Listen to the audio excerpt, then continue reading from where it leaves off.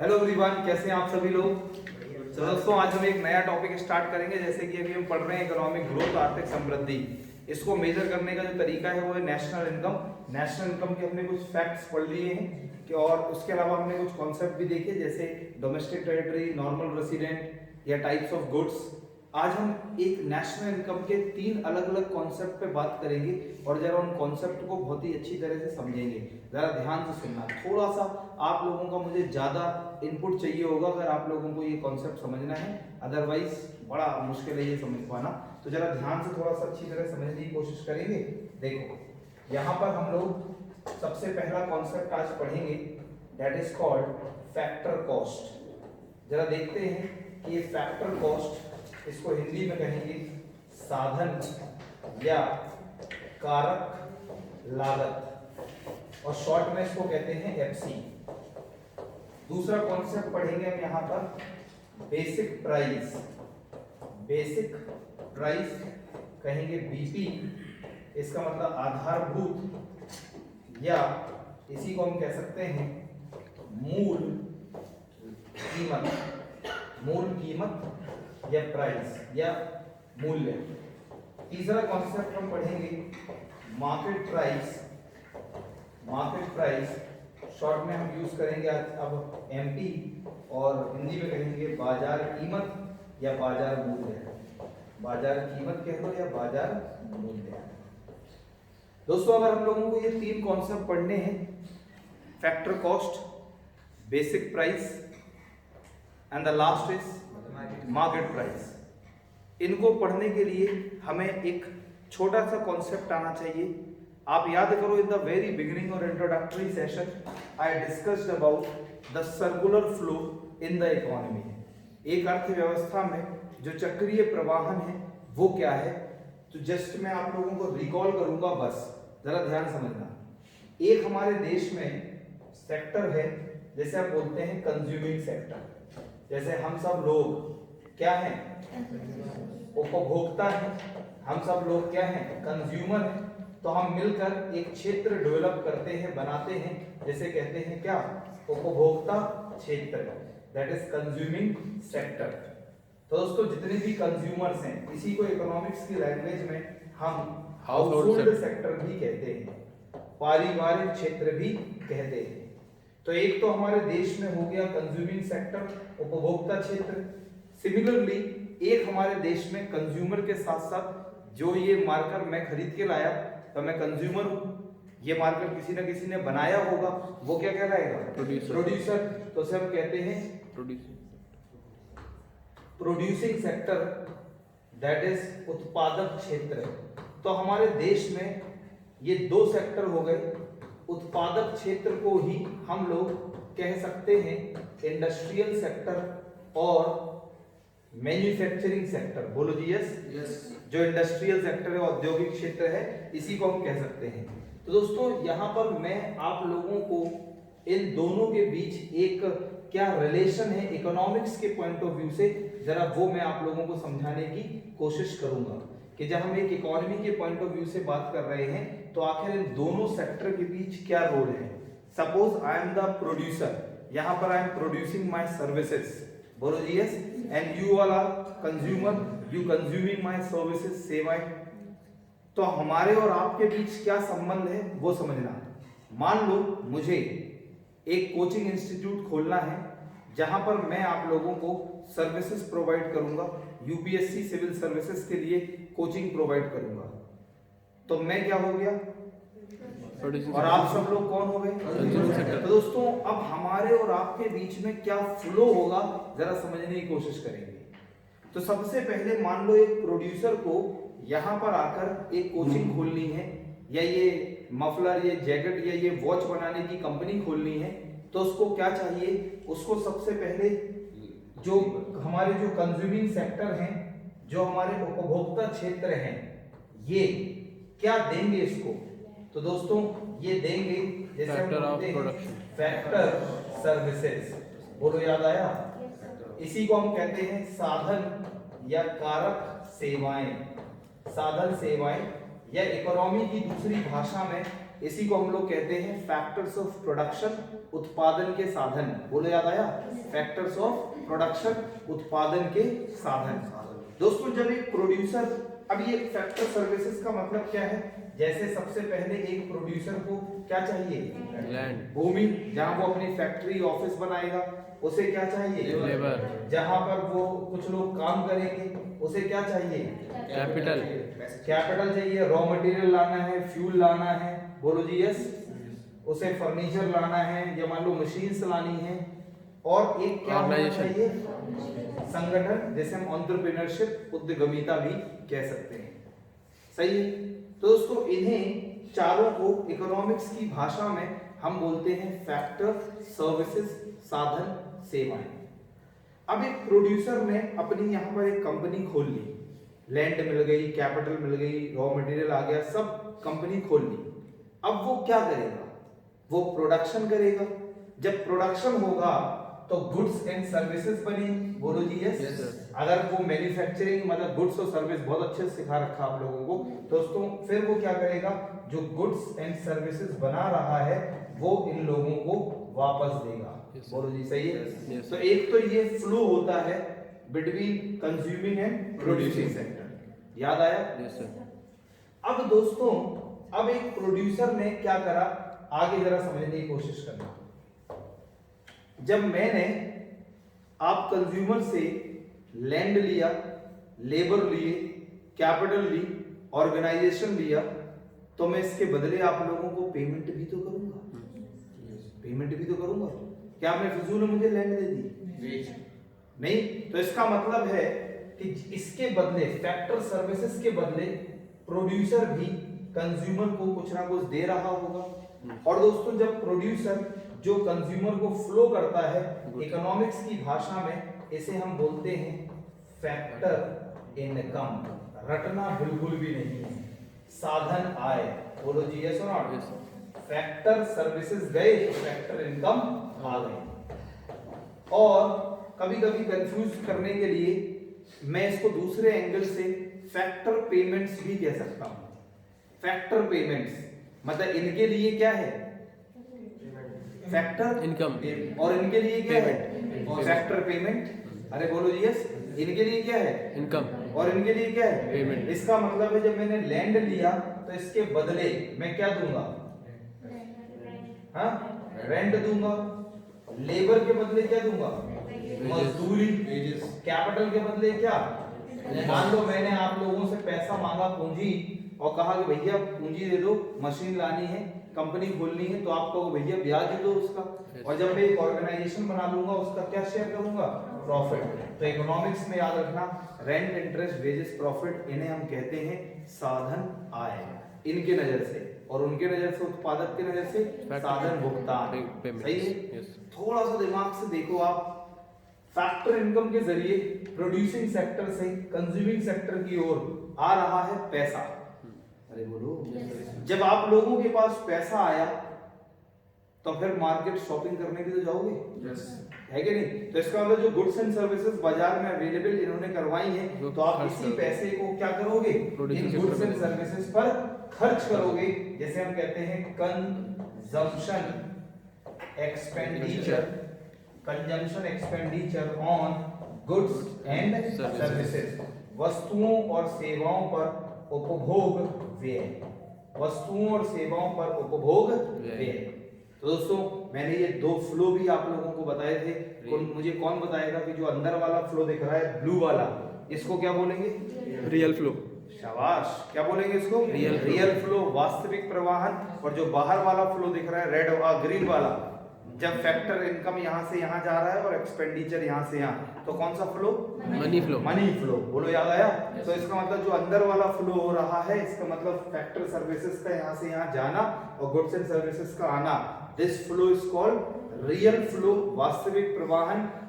And the factor income का यहां से यहां और गुड्स एंड सर्विसेज पर खर्च यहां से यहां, this is called money flow. पैसा आया फिर गया, फिर आया फिर गया। So these are the two flow between the consuming sector and the producing sector. बोलो याद आया? यस। चलो अब दोस्तों हमारे ये तीन टर्म्स हमें पढ़ने हैं। One is called factor cost, another one is factor basic price and the third one is market price. इनको हम बहुत उम्दा तरीके से पढ़ेंगे, बस ध्यान से सुनिएगा। इनको पढ़ने के लिए सबसे पहले हम इसको हमेशा याद रखेंगे, क्या यूज होगा इसका वो थोड़ी देर बाद अपने आप पता चल जाएगा। इसके साथ साथ आप लोगों को और क्या पता होना चाहिए तो जरा ध्यान से समझिए। एक टर्म होता है जिसे हम कहते हैं प्रोडक्शन टैक्स, उत्पादन कर, और एक होता है प्रोडक्शन सब्सिडीज, उत्पादन सब्सिडी, राइट। जैसे कि बिल्कुल शुरुआती क्लास में आई टोल्ड यू कि economics is nothing, it's all about the terminologies, right.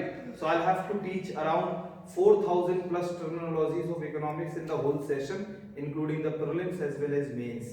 So after knowing इतने सारे terminologies, you would be able to appreciate any kind of question either in prelims or in mains, right? इसी तरह से दो और शब्दों की हम यहाँ स्टडी करेंगे आज। एक होता है this is product tax and this is product subsidy. So first, my dear student, understand the concept of उत्पाद कर और उत्पाद सब्सिडी। दोस्तों ये दो अलग अलग कॉन्सेप्ट हमारे सामने हैं। एक है जिसे हम लोग बोल रहे हैं प्रोडक्शन टैक्स, एक है प्रोडक्ट टैक्स। एक है प्रोडक्शन सब्सिडी, उत्पादन सब्सिडी, और एक है प्रोडक्ट सब्सिडी, उत्पाद सब्सिडी। इन दोनों को हम बहुत ही शानदार तरीके से जरा समझने की कोशिश करते हैं। दोस्तों जैसे मान लो मुझे उत्पादन करना है इस लैपटॉप का, इस लैपटॉप का मुझे प्रोडक्शन करना है, तो इसके प्रोडक्शन उत्पादन हेतु मुझे सरकार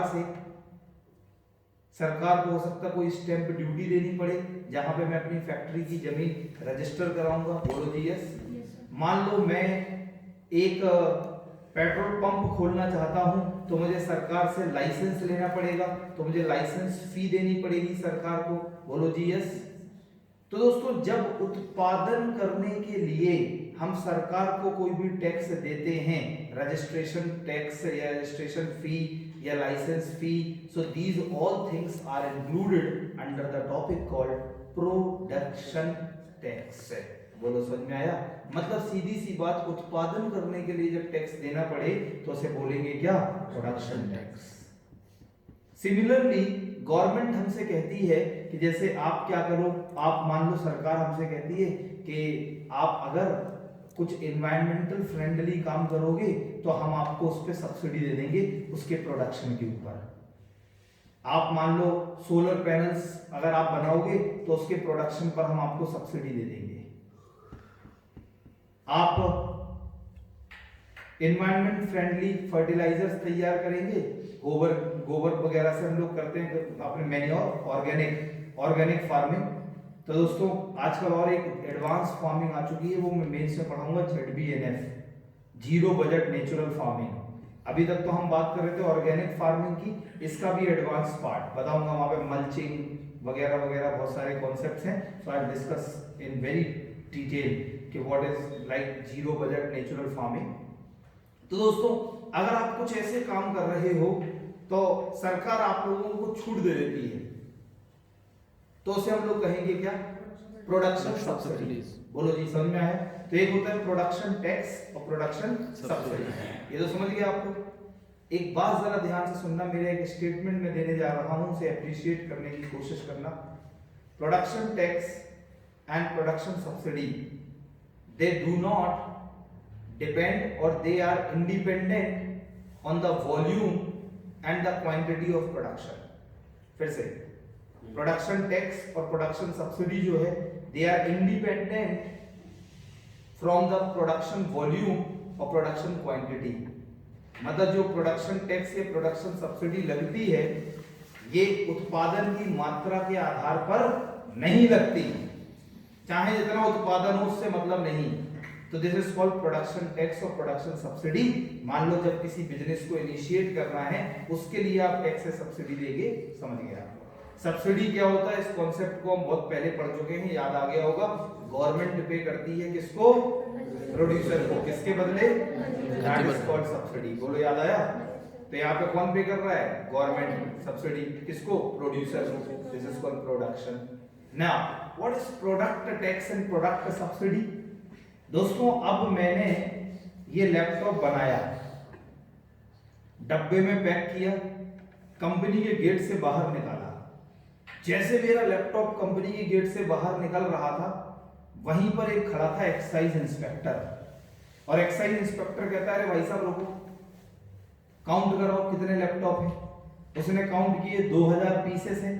उसने वहां पे एक टैक्स लगा दिया, जिसे हम बोलते हैं एक्साइज ड्यूटी। एवरीवन क्या बोलते हैं, उत्पादन शुल्क। मैंने इस लैपटॉप के प्रोडक्शन के लिए कुछ आइटम्स, कुछ मशीनें विदेश से इंपोर्ट करी। कितनी नंबर ऑफ आइटम्स मैंने इंपोर्ट करी, वहां पे लग गया कस्टम ड्यूटी। बोलो समझ गए। इसका मतलब है जब ये लैपटॉप बिका और आपके हाथ में पहुंचा तो आपने पे किया कस्टम ड्यूटी। क्या पे किया, आपने पे किया GST, goods and service tax, वस्तु एवं सेवा कर। मुझे लग रहा आप लोग समझ गए। तो ये इसको हम कहेंगे द टैक्स और the subsidy which is dependent on the volume and the quantity of production is called product tax and product subsidy.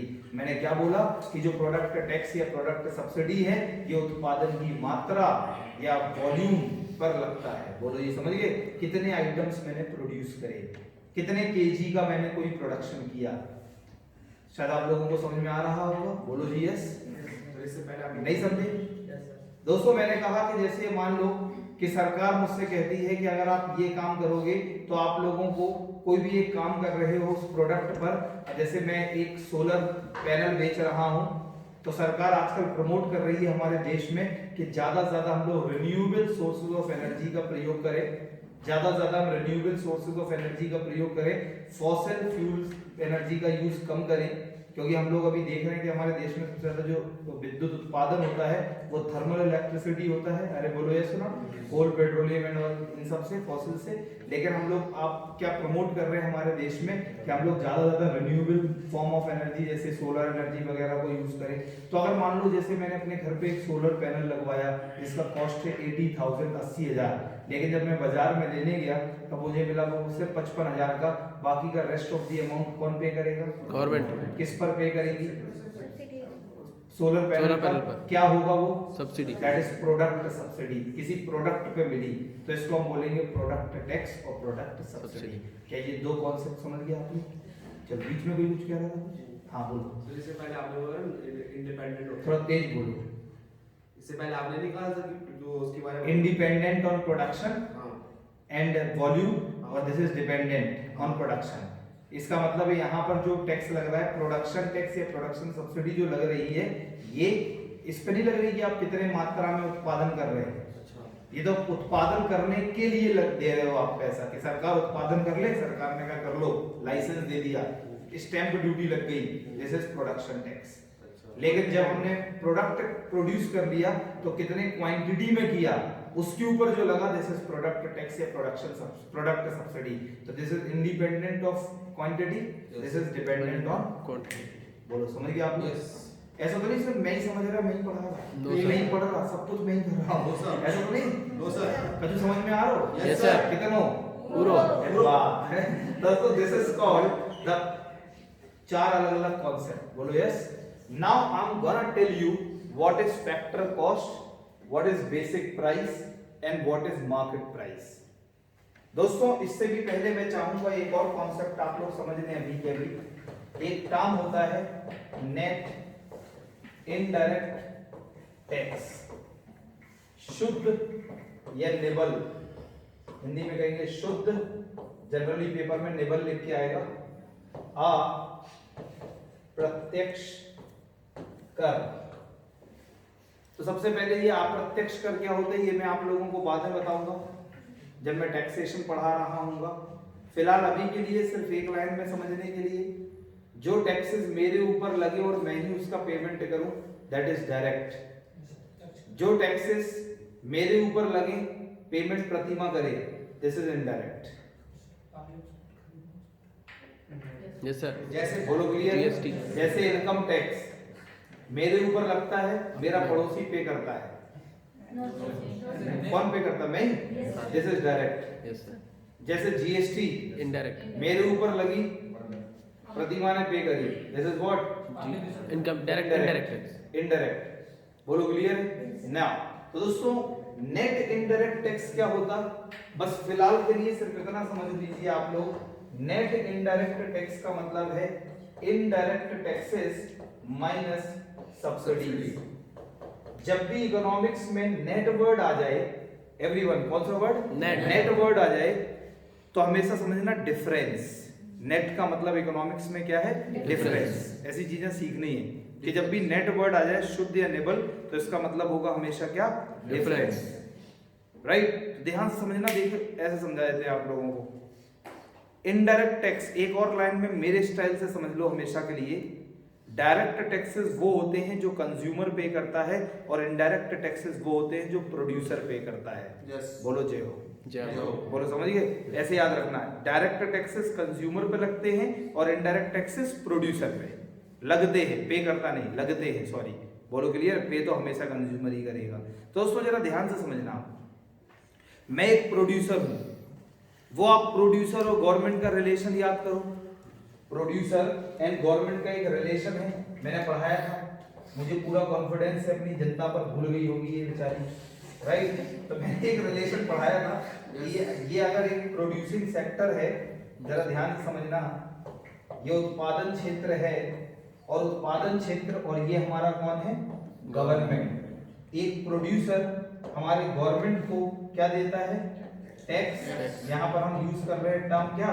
Indirect tax. बोलो क्लियर? Yes sir. इसके बदले गवर्नमेंट प्रोड्यूसर को क्या देती है? सब्सिडीज। सब्सिडी देती है। बोलो याद आया? Yes sir. दोस्तों मैं एक प्रोड्यूसर हूं, मैं ये मार्कर प्रोड्यूस कर रहा हूं, तो मैंने गवर्नमेंट को इस पर टैक्स दिया। Yes. सही है? Yes. गवर्नमेंट ने मुझे कुछ पैसा सब्सिडी के रूप में दे दिया, तो जो बचा, मान लो मैंने 100 रुपए का गवर्नमेंट को टैक्स दिया और गवर्नमेंट ने मुझे 35 रुपीज सब्सिडी दे दी, तो बचा 65। तो 65 रुपीज जो आया वो मेरा क्या है? NIT, नेट इनडायरेक्ट टैक्स है, शुद्ध अप्रत्यक्ष कर है, 65 रुपीज। बोलो क्या सबको बिंदास तरीके से समझ में आ गया? एवरीवन ना, इन सब चीजों का यूज होगा कब, कैसे, ये अभी मुझे पता है, बाद में आपको पता चलेगा। दोस्तों नेट इनडायरेक्ट टैक्स का कॉन्सेप्ट समझ में आ गया? Yes. कि इनडायरेक्ट टैक्सेस जो पे किया माइनस जो सब्सिडी, दिस इज नेट, जो बच गया 65, दिस इज कॉल्ड NIT। बोलो जी क्लियर? आइए दोस्तों, अब हम लोग कॉन्सेप्ट पढ़ रहे हैं। ये था फैक्टर कॉस्ट, बेसिक प्राइस और मार्केट प्राइस। बताओ ये तीनों कॉन्सेप्ट सबको समझ में आ गए? अरे बोलो आ गए? देख रहे हो बच्चे कितने चढ़ते हैं भाई साहब। ये देखो मैंने कहा ये तीनों कॉन्सेप्ट समझ में आ गए, तो वंदना, ज्योति देख क्या बोली? यस सर है। इवन अभी तो मैंने पढ़ाई ही नहीं। ये देखो हमारी ऑडियंस है, बिना पढ़ाए सब समझ लेती है, तो सोचो पढ़ाने के बाद क्या होगा है। दोस्तों तो यहाँ पे हम बात कर रहे हैं, क्या ये बताओ, factor cost, basic price, market price, बहुत शानदार समझ में आ गया? नहीं यार। तो वंदना, तो दोस्तों what is factor cost, basic price and market price? अब आप लोग फ्रैक्शन ऑफ सेकंड्स में लाइफ टाइम के लिए समझ लेंगे, बट कंडीशन अप्लाई, यदि आपने 1 2 3 4 5 इन कॉन्सेप्ट को समझ लिया तो लाइफ टाइम के लिए आपके दिमाग के अंदर इंसर्ट होने वाले हैं, बाद में खरोच खरोच के निकालोगे तो भी नहीं निकलेगा। तो देखिए दोस्तों बता देते हैं, सबसे पहला टर्म बिल्कुल ही सबसे सिंपलेस्ट टर्म है, इसमें मैं बिल्कुल अपनी एनर्जी इन्वेस्ट नहीं करने वाला। What is factor cost? बिल्कुल सिंपल है। Factor production. एक प्रोड्यूसर ने मैं एक प्रोड्यूसर हूं, मैंने ये जैकेट प्रोड्यूस करी, इस जैकेट को प्रोड्यूस करने पर मैंने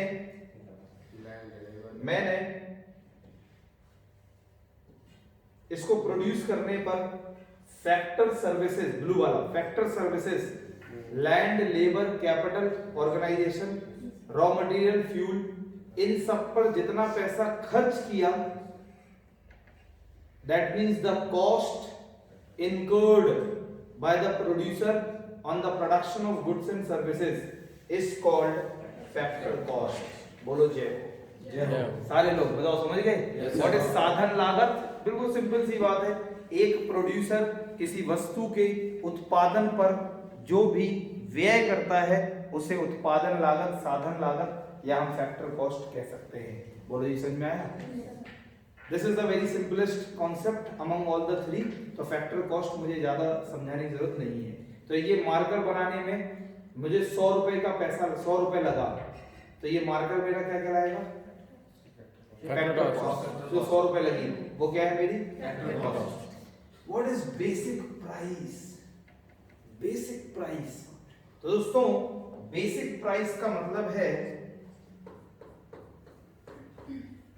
बेसिक प्राइस का मतलब है जो भी मुझे फैक्टर कॉस्ट आई, मान लो 100 रुपए इसको बनाने में लगा, इसके लैंड पर, लेबर पर, कैपिटल पर, ऑर्गेनाइजेशन, ब्ला ब्ला ब्ला, प्लस जो मैंने गवर्नमेंट को प्रोडक्शन टैक्स दिया, माइनस जो भी गवर्नमेंट ने मुझे प्रोडक्शन सब्सिडी दी, जो भी बच गया, जो भी हुआ, that is what? BP, blenders price. This is what? Basic price. बोलो जी समझ में आ गया? सो दिस इज कॉल्ड बीपी। तो मुझे लग रहा आप लोग समझ गए। तो बेसिक प्राइस जरा ध्यान से सुनना। अभी तो मैंने इस मार्कर के ऊपर जो land, labour, raw material, fuel पर जो पैसा खर्च किया था वो मेरा फैक्टर कॉस्ट था। अब दोस्तों इसी मार्कर को प्रोड्यूस करने के लिए मैंने गवर्नमेंट से लाइसेंस पैसा दिया, मैंने स्टैंप ड्यूटी दी, प्रोडक्शन टैक्स, वो पैसा गया। जब मेरी जेब से गया तो मेरे लिए कॉस्ट हुई ना? अरे बोलो, इसलिए फैक्टर कॉस्ट में एक और कॉस्ट जोड़ दी। अगर यहाँ प्लस हो रहा है, I am telling you the reason why it is not minus. तो या तो दो तरीके हैं, तो रट लो या कॉन्सेप्ट समझ लो। रटोगे बाद में भूल जाओगे, कॉन्सेप्ट समझोगे तो कभी अपने बच्चों को भी पढ़ा रहे होगे बुढ़ापे में। कम ऑन, यस और not? So this is called production tax. जो मैंने पैसा खर्च किया, कॉस्ट में एक और कॉस्ट जोड़ दो। बोलो सही है? अब सरकार ने मुझे सब्सिडी दे दी तो पैसा आ गया ना मेरी जेब में, तो माइनस कर दो। दोस्तों जो बचा उसे क्या कहेंगे? Basic price. जरा ध्यान से सुनना सारे लोग। बेसिक प्राइस सिग्निफाई कि the minimum price which is expected by me, producer, to get from the market. So this is called basic price. तो basic price का मतलब है एक वो न्यूनतम लाभ कीमत या वो न्यूनतम मूल्य जो एक उत्पादक बाजार से उम्मीद कर रहा है, एक्सपेक्ट कर रहा है कि यार कम से कम मुझे इस प्रोडक्ट की इतनी कीमत तो मिल जाए। इसमें मेरा फैक्टर कॉस्ट भी शामिल हो गया, जो मैंने गवर्नमेंट को प्रोडक्शन टैक्स दिया वो भी शामिल हो गया, जो मुझे सब्सिडी दी वो मैंने माइनस कर दी। तो मैं कहूंगा this is my basic price, the minimum price which a producer is expecting to get from the market is called the basic price. बोलो दोस्तों, क्या कॉन्सेप्ट बिंदास समझ में आ गया? Right. So this is called market factor cost and basic price का concept. Deepika समझ में आ रहा? झूठ तो नहीं बोल रही? सुनूंगा भी मैं ना। सो this is called basic price. बोलो क्लियर है? अगर आप लोग थोड़े से स्मार्ट हो रहे हैं मेरी तरह, तो आप लोग एक मैं स्टेटमेंट बोलूंगा, जरा समझने की कोशिश करना। कुछ बच्चों को तो बिना बोले ही समझ में आ रहा होगा, क्योंकि बिना पढ़ाए समझ में आ गया, तो बिना बोले तो आएगा ही। तो मैं कहना चाहूंगा basic price is equal to, ध्यान से सुनना, factor cost plus net production tax.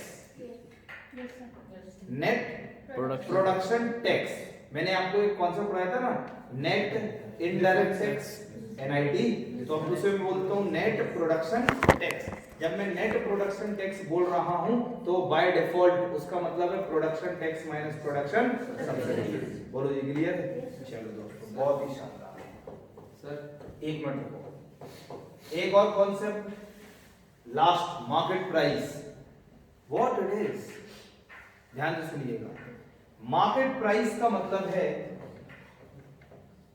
Basic price, जो भी एक प्रोड्यूसर एक्सपेक्ट कर रहा था, बेसिक प्राइस। अरे बोलो, ये तो अभी कंपनी के अंदर ही है, अभी प्रोडक्ट बाहर नहीं निकला। देखो फैक्टर कॉस्ट जो प्रोडक्ट पे लगा और वहीं आया कंपनी के अंदर, बेसिक प्राइस वो भी कंपनी के अंदर। बोलो यस। अब प्रोडक्ट मैंने लॉन्च किया कहाँ? मार्केट में। लेकिन निकलने से पहले क्या लग गया? Excise duty. This is called what? Plus कर दो क्या? प्रोडक्ट के ऊपर क्या लग गया? टैक्स। बोलो क्लियर है? और माइनस कर दो क्या? Product subsidy. माइनस कर दो प्रोडक्ट सब्सिडी। तो दोस्तों जो बेसिक प्राइस पर मैं प्रोडक्ट टैक्स दे रहा हूं या प्रोडक्ट सब्सिडी दे रहा हूं, वो माइनस करने के बाद जो बचा उसे कहेंगे हम लोग क्या? Market price. So these are the three concepts which we are going to cover in the class. अभी जब मैं बात करूंगा तो you guys must know what is market price, what is factor cost. अगर किसी को समझ में आया तो अच्छी बात, वरना मैं सब कुछ डिकोड करूंगा सिर्फ एक लाइन में। फैक्टर कॉस्ट का मतलब है, एफसी का मतलब है जब मैंने ये मार्कर बनाया कितना पैसा लगा। बोलो समझ गए? मार्केट प्राइस का मतलब है ये मार्कर मेरा बाजार में कितने रुपए का बिक रहा है। That's it. बोलो क्लियर है? So this is called factor cost and market price. And बीच में एक और है बेसिक प्राइस, वो भी आप समझ गए। बोलो जी इतनी बातें क्लियर है? That's it. अब आगे बात करेंगे। सवाल